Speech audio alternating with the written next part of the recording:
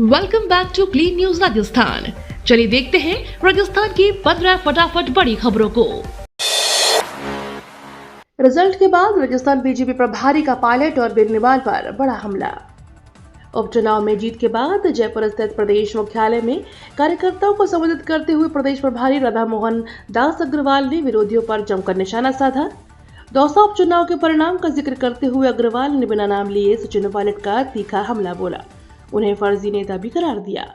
अग्रवाल ने कहा कि एक फर्जी नेता जो ये बताता है कि वह राजस्थान का सबसे लोकप्रिय नेता है। 2023 में हमने 51,000 वोटों से यह चुनाव हारा था और आज गर्व के साथ कह सकते हैं कि सीएम अजय लाल शर्मा और प्रदेशाध्यक्ष मदन राठौर के नेतृत्व में हमने करीब करीब उन्हें हरा दिया है। राजस्थान उपचुनाव में इस सीट पर हार जीत का अंतर रहा सबसे अधिक। राजस्थान उपचुनाव 2024 के नतीजे आ चुके हैं। बीजेपी ने 7 में से 5 सीटों पर जीत दर्ज की है। कांग्रेस और भारतीय आदिवासी पार्टी बीएपी को एक सीट मिली। झुंझुनू विधानसभा सीट पर हार जीत का अंतर सबसे अधिक रहा। यहां से भाजपा के राजेंद्र भामू ने बड़ी जीत दर्ज की है। औला परिवार का राजनीतिक गढ़ माने जाने वाली इस सीट पर कांग्रेस और भाजपा प्रत्याशियों के बीच अंतर 42,848 रहा, जो इस उपचुनाव में जीत का सबसे अधिक मार्जिन है। जहरीली हवा बिगाड़ देगी सेहत, इस प्रदूषण में सांस लेना भी खतरनाक। राजस्थान के शहरों में वायु गुणवत्ता लगातार खराब होती जा रही है। राजधानी जयपुर समेत भिवाड़ी, सीकर, श्रीगंगानगर जैसे शहरों में एयर क्वालिटी इंडेक्स खतरनाक स्तर पर पहुंच गया है। रोड डस्ट, बढ़ता ट्रैफिक और औद्योगिक प्रदूषण इसके मुख्य कारण माने जा रहे हैं। जयपुर, जोधपुर, उदयपुर, कोटा, अलवर जैसे बड़े शहरों में वायु गुणवत्ता गंभीर रूप से प्रभावित हुई है। जयपुर के मानसरोवर इलाके में AQI का स्तर 343 तक पहुंच गया है, जो बहुत खराब श्रेणी में आता है। इसके अलावा रीको, सीतापुरा और मुरलीपुरा क्षेत्र में भी हवा की गुणवत्ता गंभीर रूप से खराब है। सुबह और दोपहर के समय ठंड और धुंध ने हालात को और खराब कर दिया है। राजस्थान की वो सीट जहां कांग्रेस की जमानत हुई जब्त। राजस्थान कांग्रेस का गढ़ मानी जाती है। पिछले साल कांग्रेस यहां सत्ता में थी। लोकसभा चुनाव 2024 में मोदी लहर के बाद भी कांग्रेस नेतृत्व वाले इंडिया गठबंधन ने 11 सीटों पर जीत दर्ज की थी। हालांकि शनिवार को जारी हुए विधानसभा उपचुनाव के नतीजों ने कांग्रेस का यह किला धराशायी कर दिया। 7 सीटों पर हुए उपचुनाव में कांग्रेस मात्र 1 सीट ही जीत सकी, वो भी बहुत कम अंतर से। कांग्रेस की स्थिति तब हुई जब उपचुनाव वाली 7 सीटों में से 4 सीटें कांग्रेस की ही थी। ऐसे में अपनी ही सीटों पर कांग्रेस को हार का सामना करना पड़ा। राजस्थान की जनता ने परिवारवाद को नकारा। राजस्थान विधानसभा उपचुनाव का परिणाम आने के साथ ही बड़े बड़े दिग्गज नेताओं ने भ्रम को भी जनता से जोड़ दिया। ऐसे तो बीजेपी ने 5 सीटें खीवसर, झुंझुनू, सलेमपुर, देवली, उनियारा और रामगढ़ में जीत हासिल की है। वहीं दौसा में कांग्रेस और 84 में बीएपी को जीत दर्ज हुई है। कुल 7 सीटों को नतीजों पर ध्यान दें तो परिवारवाद पर जनता ने सीधा प्रहार किया है। यहाँ एक सलेमपुर सीट पर अपवाद कहे या सहानुभूति देखने को मिली है। बाकी सभी को जनता ने सिरे से नकार दिया है। जनता ने अपने इस फैसले से राजनेताओं को कड़ा संदेश दिया है कि परिवारवाद की आड़ में नेताओं को राजनीतिक रोटियां अब और नहीं सेकने देंगे। राजस्थान नर्सिंग ऑफिसर यूनियन की कार्यकारिणी का हुआ विस्तार। राजस्थान नर्सिंग ऑफिसर यूनियन के प्रदेश अध्यक्ष प्रदीप चौधरी ने नर्सिंग ऑफिसर की कार्यकारिणी का विस्तार किया। चौधरी ने बताया कि सलाहकार एडवोकेट कुलदीप ढेवा, एडवोकेट अजीत कस्वा, प्रदेश संयोजक महावीर चौधरी, प्रदेश महासचिव नूर प्रवीण, प्रदेश महामंत्री रोशन चौधरी, प्रदेश सचिव मेघराज राठौर, विनोद कुमार, रवि गुप्ता, जयपुर जिलाध्यक्ष जुगल किशोर, जोधपुर जिलाध्यक्ष महावीर चौधरी, पाली जिलाध्यक्ष पर केसर सिंह को जिम्मेदारी दी गई है। उपचुनाव परिणाम पर गोविंद सिंह डोटासरा बोले, बीजेपी जीती लेकिन सरकार हारी। राजस्थान में विधानसभा उपचुनाव के परिणाम को लेकर कांग्रेस के प्रदेश अध्यक्ष गोविंद सिंह डोटासरा ने भाजपा पर तंज कसा है। उन्होंने कहा कि इस चुनाव में बीजेपी सरकार ने साम दाम दंड भेद अपनाए थे। अब उपचुनाव में बीजेपी भले ही जीत गई हो, लेकिन सरकार की हार हुई है। डोटासरा ने कहा कि सरकार ने किरोड़ीलाल मीणा के भाई जगमोहन मीणा के चुनाव प्रचार में दौसा में पूरी ताकत झोंक दी थी। इसके बावजूद वे अपने भाई को चुनाव नहीं जिता पाए। डोटासरा ने आगे कहा कि सरकार में कैबिनेट मंत्री किरोड़ीलाल मीणा के भाई का हारना बड़ी बात है। यह सरकार की हार है।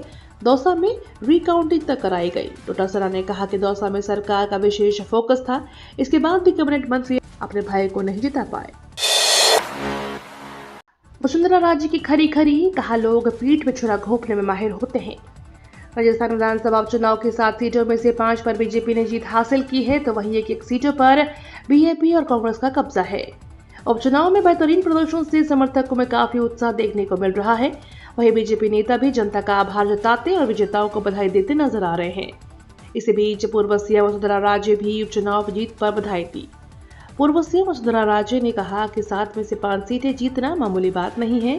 इसके लिए केंद्रीय नेतृत्व और राज्य के नेतृत्व के साथ साथ सभी कार्यकर्ताओं का आभार और सभी को शुभकामनाएं। दौसा में हार के बाद किरोड़ी ने दर्द किया बयां।